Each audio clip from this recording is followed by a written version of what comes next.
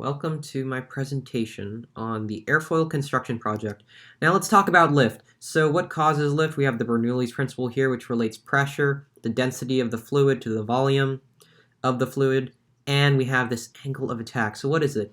Well, we have this line of reference drawn across this chord, stretching across the airfoil, and we have this relative wind, and that creates an angle. And the greater this angle, the more lift. That's basically it. And we can see that here in this 2 pi over here. That's actually supposed to be 2 pi theta, where theta is the angle of attack, and the greater the angle of attack, the greater the lift. So we also have this important lift over drag ratio, and the greater this ratio, the more likely it is for the airfoil to rise.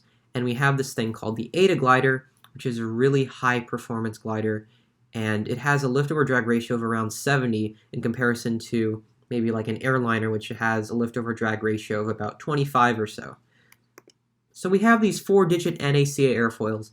Now, what are these? Well, basically, you can create an airfoil if you only have like a few equations and a bunch of parameters here. We have T, P, C, M, etc.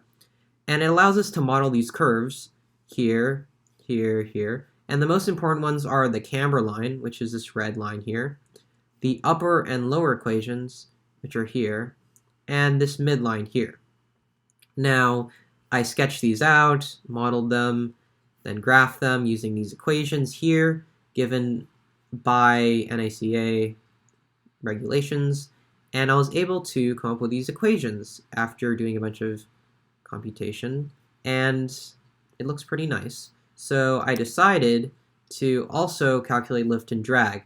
Now, there's multiple ways you can do this using the multivariable sort of formulas, but I decided to use a different formula that involves this constant here, the density of the fluid, the velocity over 2 times the surface area, and I calculated the surface area using this multiple integral here, y4 to y3, and 0 to 1 dy dx.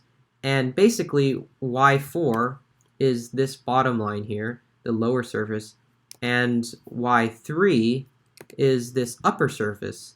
And then you go from 0 to 1, so it's a simple integral, and I got this, units squared, and then I converted that to centimeters, and I got 0.399 meters squared. So then I plugged that into the lift and the drag equations, and I got lift to be 2,666 newtons, and drag to be 51 newtons. So the lift over drag ratio, that's supposed to say D, was 52.22, which is really good. That's equivalent to like a high-performing glider, so I guess using these NACA airfoils was well worth it. So constructing the airfoil. So I had to print it out here, measured it, and then I decided to start creating these cross sections and connect them along this bar here, which is just a standard way of creating an airfoil, and this is the very first one I've made. I've made remote control, radio controlled planes in the past, but I haven't actually made a real airfoil before, so this was exciting for me. And first I started to put these cross sections together, put them on this bar here. Then I started to cover it with this foam here, which I also made everything else out of, and this is flight test model airplane foam that's also water resistant, so that's a plus, I guess. But it was a little hard to sort of glue into place, and it took quite a while, longer than I expected it to, but overall it was a very enjoyable experience. And there we have it. It's almost complete. I just have to cut this part, and wow, that's the final airfoil. So it's very big, but it's not big enough to actually create a glider out of it. It would have to be twice as long, in my opinion.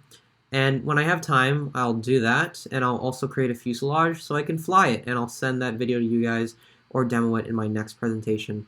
So yeah, that's about it. So thank you for watching. Here are some sources I used, and I hope that you decide to make a model airplane in the future or try making airfoil, because it was a very fun experience and I learned quite a lot. So thanks for watching and have a good day.